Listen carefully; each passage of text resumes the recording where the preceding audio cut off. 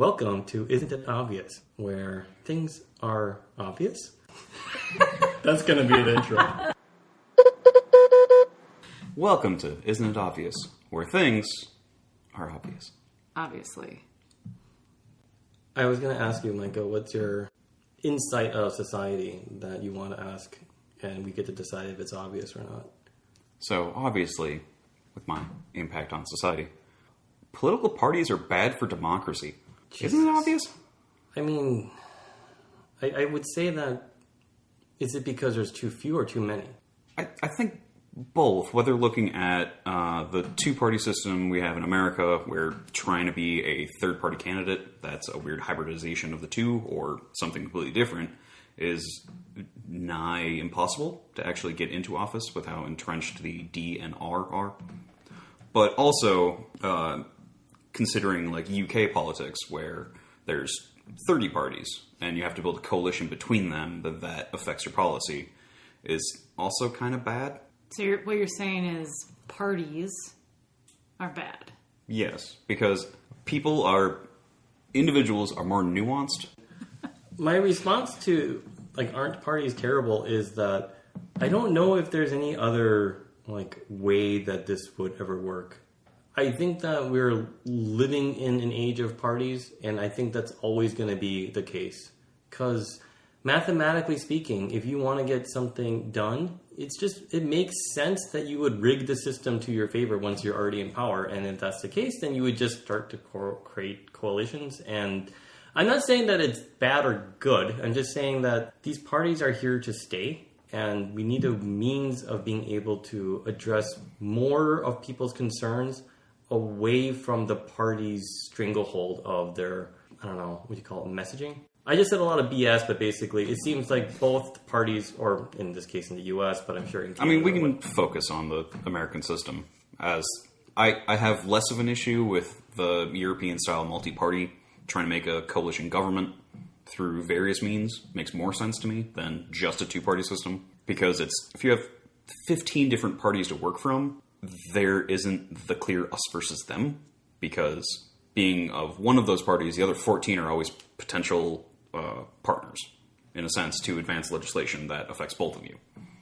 The problem is, you're going to need a way where people don't have this, if I don't vote for a Democratic candidate, for instance, I'm going to not get my way, but I really want a Green Party, but I know that it's a waste of my vote type of problem. Well, the same for the Libertarian side too, right? I really want my Libertarian candidate to win, but it's just a throwaway vote, so I have to go with the lesser of the evils, which is going to be the GOP. And I get that sense that everyone's making this quick math judgment in their head. And anyone says, oh no, we all have to band together to vote third party. I'm immediately suspicious of them. Are you just telling me to do that so that your policies can get in? Because I don't trust you. Oh, can I see who you voted for? Is an incredibly inappropriate and almost illegal request, right? Because you're not allowed to know what someone had voted for. If they don't want to tell you. If they don't want to tell you, right? Well, so, you can ask. You can ask, but I want to see the proof. Where's your ballot? Where did you take Did you take a? There's a lot of people in my family I would love to ask that question, but also wouldn't dare. I remember because I would think less of them. Because it would change your relationship. Yeah. So I don't even open that can of worms because I have to live with these people. I can't get rid of them. Well, my trope for me is that I try to explain the complexities of the multi-party problem in the U.S. to my parents, and it's might as well explain calculus to a cat problem. There's no comprehension to them at all. They don't even understand that there are more than two parties. Mm-hmm. This discussion is a very sad state of a reminder that maybe 10% of the population are hey, this system kind of sucks, and 90% have no idea what the problem is. Mm-hmm. So willfully don't have any idea what the problem is, unfortunately. Talk to some of my family members is pulling teeth. You have those that follow a party line because they feel it's what they've always done, so there's no point in changing it now. Right. They're wrong, but yeah. True. And they're old and set in their ways, so that's also true. Usually. But I'm thinking of my younger relatives here who just ignore it. They're just like, I don't care. I'm too lazy or I just don't care enough. There is that political apathy that is a different issue. Yeah. And definitely the two-party system is not discouraging that attitude towards government. It's like they don't even go out and vote because they're like, well, what's the point? And like, I get it, but I'm also like, you go out and vote. If you don't participate, you can't complain. Yeah. Well, I don't want to hear it. I was going to ask you, Micah, do you think that there's a better solution than the two-party gridlock system we have here? Do you think that there is a possibility that a third party could actually exist? I wouldn't want there to even be specifically a third party. What I'd want is true democracy with representatives bringing things to the table instead. Because, not as part of a party, but as individual ideas. Right. Like, so here's what my policy is. Here's what my goals are. So keeping the concept of the legislature of the two houses in place, we elect representatives that go to a federal district that, through their banded party, come up with a policy and vote on it. If that passes the House, then goes into the Senate, passes there, then have it be put back upon the American people to see if they agree with it.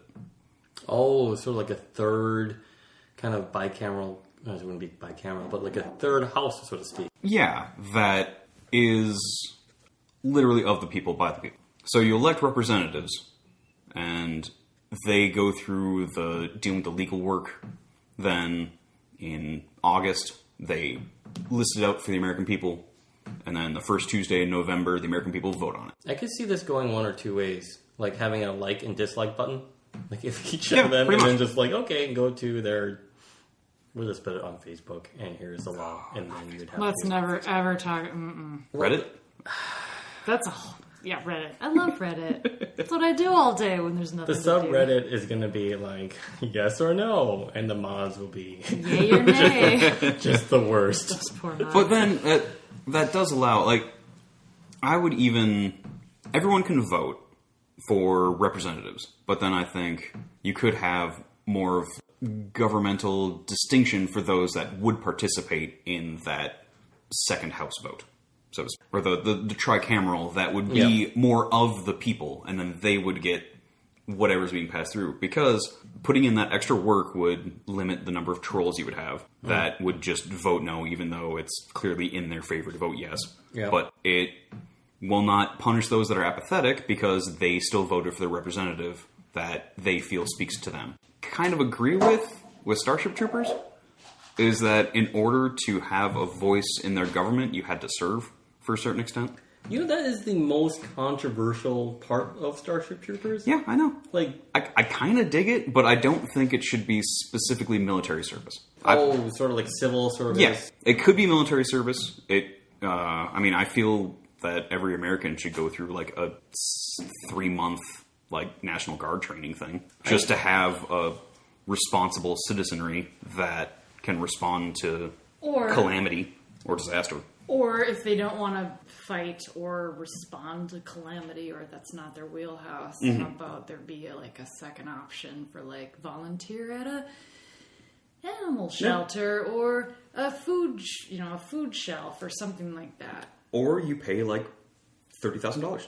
Or a wealth tax. Yeah, I don't like that, because then you can bone spurs it out of your humanitarian responsibilities. right. But it's just a year where you do something beyond yourself to gain the understanding that you're part of a society that you now can contribute to. Where everyone contributes to a society as just a citizen in the United States. Yeah, it's taxes. Fiscally, yes, but also abiding by driving laws. Yeah. Or those type of day-to-day things that help a society function. But in order to contribute more so, to be able to respond to elected officials voting, it's great that the Senate can set their own salaries. Oh, but it has to be delayed till the next term, even though incumbents win, at 80-some%. Yeah. So they're setting their own wages, and it's ludicrous. The citizenry should be able to band together and just be like, no. You know what? Here's my thought. It shouldn't be set by the Senate or whatever, whoever's in control of it. It should be set by the average middle class salary. That's what it should be. The unintended consequences. I mean, we had the same problem in Minnesota where they wanted to raise the wage of the Congress people here. Mm-hmm. And I think that it was, I'm sure someone on the internet is like, no, Phillip, you're wrong. But it was like something like 30. We're not known for facts. This is a place for wild speculation at third hand. Exactly. Perfect. For our patrons later, we will read your responses, and we will have an addendum where we correct all of our factual mistakes. Yeah. There was this unintended consequence where I think it was Randy Jessup that was coming around here. Oh, God, yeah. Mm-hmm. And he said something like, look, we need to raise the wages. This wage that the Congress people were making, $30,000 a year. Right. And it was very low. And what would happen is that only wealthy people could run and serve because you really would have a hard time paying for child support or like child care, and having this job that demands 40 hours at least. And, it's like very tempting for people to kind of accept things like free campaign advertisements because of lobbying laws. Right. Or how expensive is it to, conduct a campaign. So they wanted to raise to like $60,000, something that was kind of average for a person of Minnesota standards, I guess. And everyone average for the country is like 53 or something. Something like they wanted to have it pegged to a more reasonable salary. That would be fine for an average of the state. But then that, specifically when it comes to House representatives, federally speaking, their district would vary widely. So you'll have people putting more effort into rich areas than people would put more effort into running for Bel Air than they would for Compton. Yeah. Because of, if you're generalizing it based on... I would say state, not cities. But then that also behooves more populated states. They would make more money. Yeah. Also, good point. How about national average then? Because that's. I mean, but that would be Alabama versus something like Massachusetts. Would be like, but someone serving in Bel Air would make. But you don't want it to $40,000. be like. I hate to say this, but you shouldn't be going. In my opinion, you shouldn't be going into politics for money. You can make money afterwards, speaking at places or whatever, and getting money out of that. But I don't think if you're going to be doing public service, that you should be doing it for intrinsic values, for reasons that are not solely for, your monetary benefit. You're doing it for the country, the city, the place you live. The big thing with that... not that it shouldn't be fair. Right, and you should have that intrinsic value that you're there to serve as a servant, but if you only make $50,000... some guy from the Koch brothers comes up and be like, hey, we can give you $200,000 if you vote this one way. And it's completely legal to say something like, we'll contribute to your campaign. By the way, we have a really good history of, fulfilling our promises to your predecessors. In fact, your coach and mentor that got you this job, Aaron A. Aronson, it's just like they have this very compelling reason. Be like you could just make a law. You can't accept bribes. I'm pretty sure that's in there, isn't it? No, but you can always petition and lobby as part of the First Amendment. So it's it's a very good way that we're going to donate this much money to this important cause that you really are behind. And hey, maybe you can give me a little slack on this issue that I don't like. Just this one little thing, but guess the 99 other things you really care about. Or put this legislation through that we wrote, but you need to say you authored it. That gets us ability to, dig under other people's land to get their oil. It's a very... drink your milkshake. It's movies taught me everything I know, which is why Starship Troopers has made me realize that the idea of citizenship comes from service is a great idea if you want to defeat an alien race of Zerg-like creatures. That segued hard. What I'm trying to say is the idea that you have this concept of, look, if you're going to be in the civil service, right, it should not be because there's an incentive for you voting wise, right? Like, or should it be like, oh, or an incentive for you to get a salary? But we all know that's the best analogy I can think of this. I think it runs to this classic problem where people talk about something that works in principle and something that works in practice, and they keep on jumping the train tracks between the two. And they can just win arguments because like, oh, I'm on the principle train, you can never argue against that. And then they jump back into the, oh, I'm on the, this is how the world really reality, works. hello. Right. And the best example I can think of is that link between the third game in the Zelda series of Super Nintendo, where you go to the light world and you go to the dark world and you can go to the same spot, but now everything is in a different kind of like... Is this the Twilight Princess? The idea that you can jump between you're in the same place, but you jump between themes, right? And then now you can move. And Is that you're Link to the Past? It's Link to the Past. Okay. Sorry. My nerd cred I haven't played any Zelda game. How did I know that? Oh, my nerd cred is just plummeted. Well, I'm the Hey, all you cool people out there. I'm your gal. Well, I am the pop culture one here. Get out of here. Anyway. Okay. The idea is that you can just keep on jumping in between the worlds and nothing could ever kind of stop your argument from succeeding because like, oh, now I'm talking about principles. And you're like, oh. And then now I'm talking about what works in real life. So the issue is that when it comes to service and Congress people and money is that unfortunately the way that the system is set up, like, of course you're going to eventually devolve into two parties because that's where you get your money. You get the money from the national group, right? The DFL here or the GOP there. And you also get money from your wealthy patrons in the case of Koch brothers or whatnot. Thanks, Mom.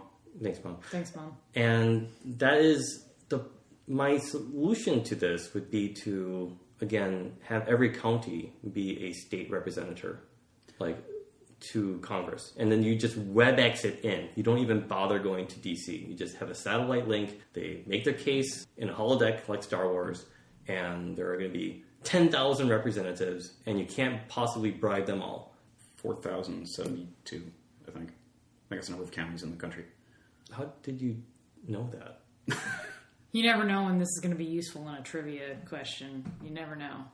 Although I could be grossly underestimating, but I think it's something like that. But the problem with that, I mean, I agree, and the House of Representatives should be more than that because districting is also awful, and I think that plays into why parties are bad because they're allowed to dictate who votes for them, and that is not proper representation. Where if you're in, North Carolina, where one district was like 13 miles long, but like 600 feet wide, because it just followed this river where the average income for those people was over $500,000. Yeah, because riverfront property. Yeah, right. So it was just one representative only represented rich people. And they district that in 2010. And they vote Republican because that person always goes for no taxes and always tries to lower... And that is not behooving to the country. I agree that we already have districting broken up into counties. But then, if you have those type of things, you have one representative for Hennepin County. Yep. Which is 700,000 people? Yeah, you're right. And then you one have... for Ramsey, which is the other 700,000. Right. And then you have the rest of the state, which is 30-some counties that all get a single voice. Because that's the equivalent of... What, is it? Is it, though? Yeah, because Hennepin County would be far more politically diverse and should have more voices because of its population density instead of Red Lake County that has a population of 20,000. Yeah. And, and the needs of one county versus the needs of another in a totally different area of the state is going to be different.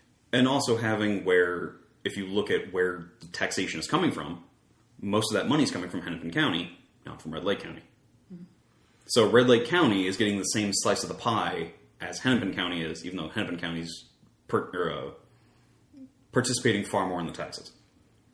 What I would like is, by state, by population, you get one representative in the House per 50,000.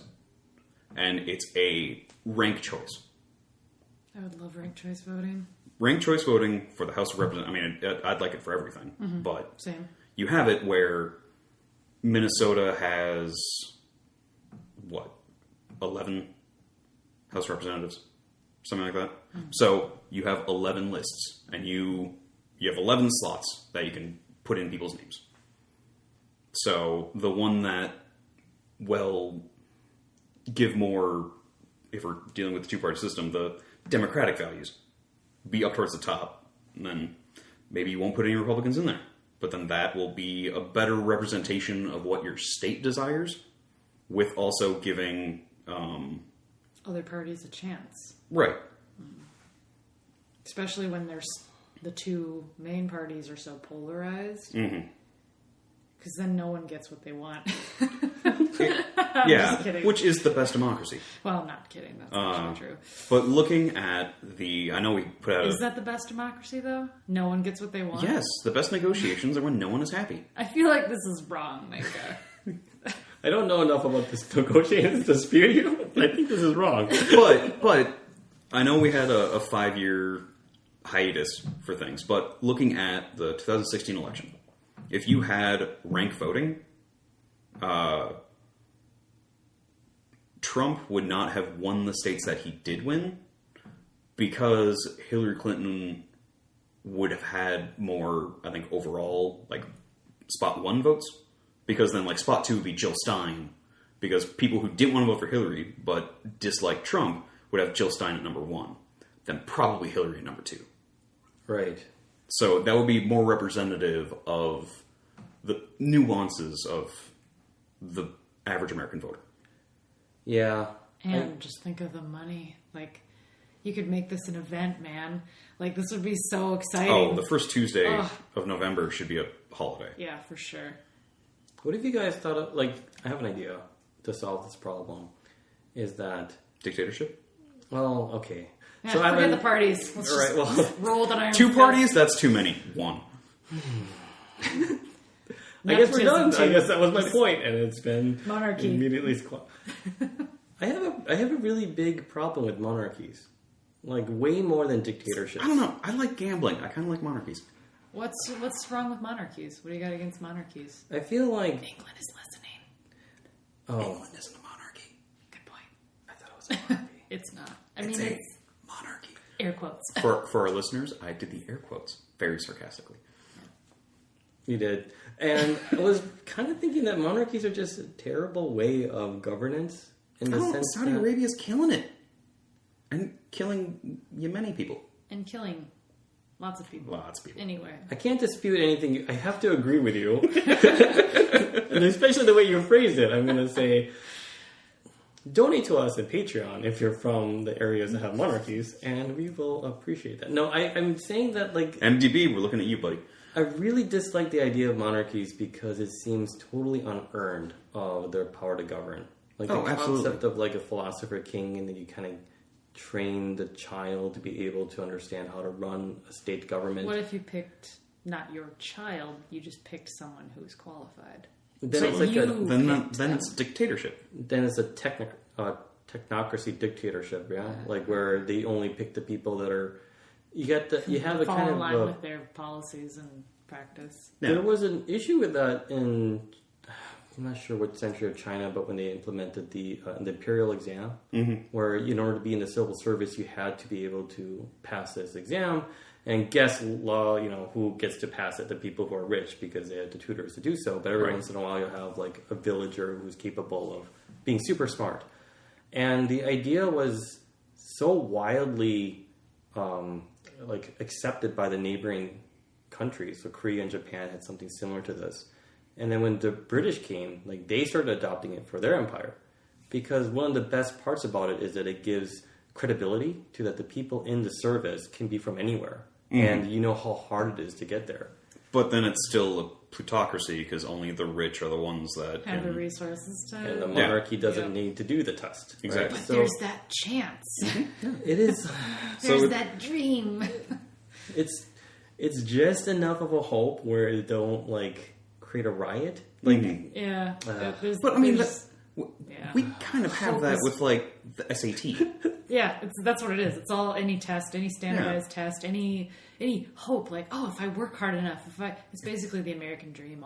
If I get that 1550, I might be accepted at Harvard, but I won't get any type of financial But aid because I don't have the Gives a connections. shit about Harvard, honestly. Sorry. Well, you guys are kind of joking about, like, oh, well, Isn't that what humor is? yes. Tragedy plus time equals comedy. Yeah. The idea, though, for me is very much like, well, I want my children to do this to a T. Right. Like, you guys are saying, well, who cares about Harvard? But I will tell you, if my children if they can ever get to Harvard, I would be like, guess what? I'm wearing this clothes because I'm going to brag all the time, right? Like, My wardrobe is now just You're a good maroon. parent, Phil. You're a good parent. Or crimson. This is probably. But wanting the best for your kids is fine. I'll never say no to that because that's the parental prerogative is the best for their offspring. Because it's not the 1880s anymore and functioning in a city doesn't give you an easy life anymore. right. Like, we don't exist in a world where that is practical, so we overinflate what success should be, giving us completely unreal expectations. And that forced upon younger generations is incredibly detrimental. Unfair, for sure. I like to joke with... So when your kids go to Harvard, we're going to eat our words, but... No, well, I'll be incredibly happy when your children go to heck Harvard. yeah. But you also should be like, they went to Dartmouth. And be just as excited and just as supportive. Because even if it's not Harvard, it's still a fine. And It's a they're name, getting... Phil.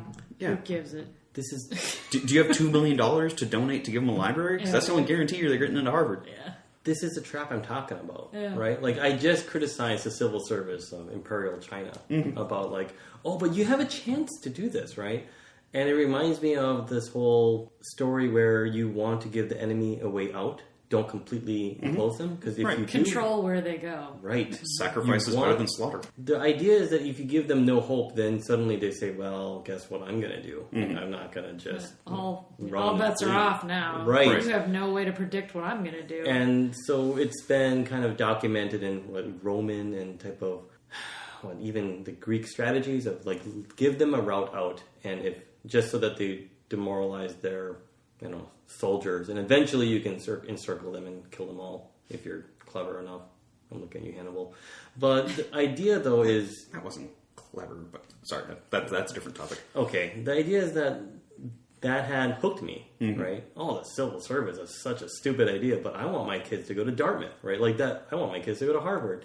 It's the same hook, no matter how you spin it. True. And right now, as a state college alumni, I really hate people who go to Harvard and Dartmouth and brag about it. And I have coworkers that kind of went to really good universities. And I'm a bit jealous, to be honest. I'm like, I have all of these thoughts about how I'm going to make America great again. Trademark, copyright. We have to pay the campaign more money. But, so in Germany, all of their universities have the exact same curriculum everywhere. That sounds great. If you're in Munich, it'll be the same education as if you're in Berlin, same education as if you're in Hamburg. Much like the single-payer healthcare system that everyone participate in, but you still can have the option of private doctors and the option of getting insurance plans to go to those private doctors that will charge more, but it'll be more expedient service. You don't have to wait, blah, blah, whatever your preferences are. You have a state college that every state will have this college, and it will provide the same curriculum for anyone that's there. And it's a cheaper option than going to a private school. But that private school is still there. This reminds me of the problem with the Germans. Hi, Germany. Sorry, Germany. Sorry, Germany. Hello, Mutter. They had this problem where you get to be in whatever high school at a certain age determined by you in grade school. Gymnasium? Yes. Yeah. And that allows them to be able to essentially ration their lower education costs for the universities. But that's also fine, because how many more English majors do we really need in this country? Yeah, sorry. I know a lot. Well, it's like... another change would be how we educate our kids. The standardized testing is a waste of money. It forces teachers to not be creative.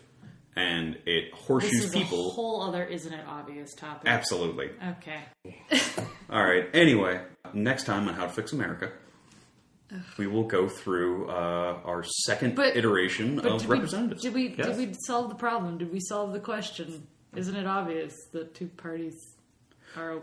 No, they're merely just a symptom of a sick system that needs a lot of care and work in order to improve and become functional. All right.